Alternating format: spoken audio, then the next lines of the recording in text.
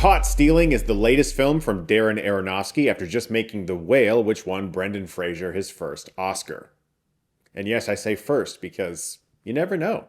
He's Brendan Fraser. He's awesome. Here, burned out ex-baseball player Hank Thompson, played by Austin Butler, unexpectedly finds himself embroiled in a dangerous struggle for survival amidst the criminal underbelly of 1990s New York City, forced to navigate a treacherous underworld he never imagined. But before we get into the rest of the video, I do want to give a special thank you to the sponsor, Triple 10. Before I started my YouTube channel and before I ever really tried to get a film made, I went through a lot of different careers. Restaurant work, custodial work, I worked in the educational system, I sold newspapers, I tried everything. And when you have a family to provide for, needing a career or a steady job can come with a lot of pressure. Triple 10 is a platform for online education. They offer flexible, beginner-friendly online boot camps with one of the highest graduation and employment rates in the industry. 82% of their grads get hired in 6 months or less, and there's a 100% money-back guarantee if it takes more than 10 months after completing your program to get the job you trained for. Triple 10 teaches professions and helps people change their lives and thrive in the world of technology.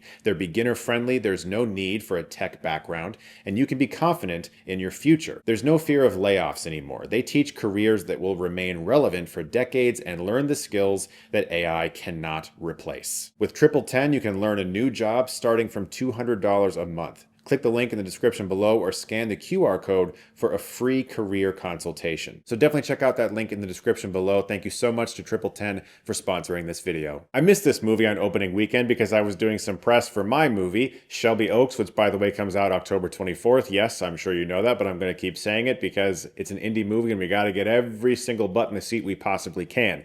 And so I didn't get to see this movie when it first opened, and I was sad because I love Darren Aronofsky, but I finally got to a theater tonight to check it out.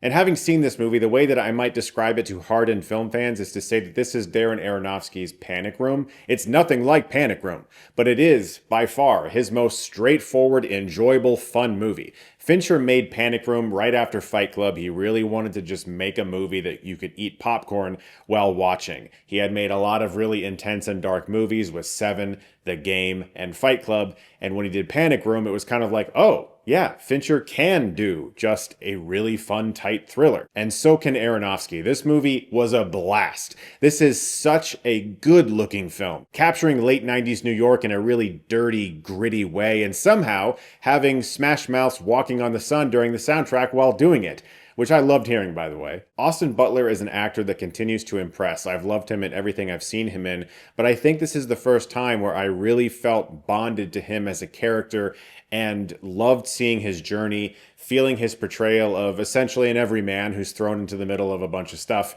that he doesn't want to be involved in. We don't get a lot of movies like this anymore. Movies that are basically just great crime thrillers with elements of comedy involved, where most filmmakers who are pitching this to a studio might be met with some faces that are like, okay, but what's the hook?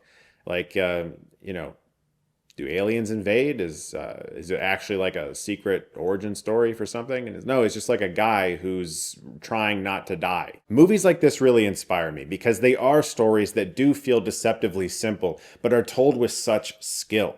This film is crafted beautifully. All the action scenes are great, and the score is phenomenal. Rob Simonson, incredible work. The percussion of the soundtrack is clashing as Butler runs through the streets of New York City, making this movie feel like such an enthralling throwback. But even though the movie is fairly straightforward in its approach to its plot, the way Aronofsky handles a lot of the dramatic scenes, especially with Austin Butler's past and how the present reminds him of that, sometimes way too much, and we get these great flashbacks that really don't feel like they slow down the narrative at all. In fact, they just heighten everything. Again, I'll say films like this can feel deceptively simple, but I could easily see multiple viewings of this getting a lot out of the way the film is cut together, some of the flashbacks and how certain images relate to the things that are happening in the present and how there's some mirroring there. But really, it just seems like Aronofsky wanted to entertain us here.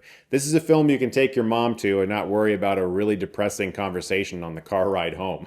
This is not normal for an Aronofsky movie. Usually I go to these movies being like, okay, what are you going to do to me this time, buddy?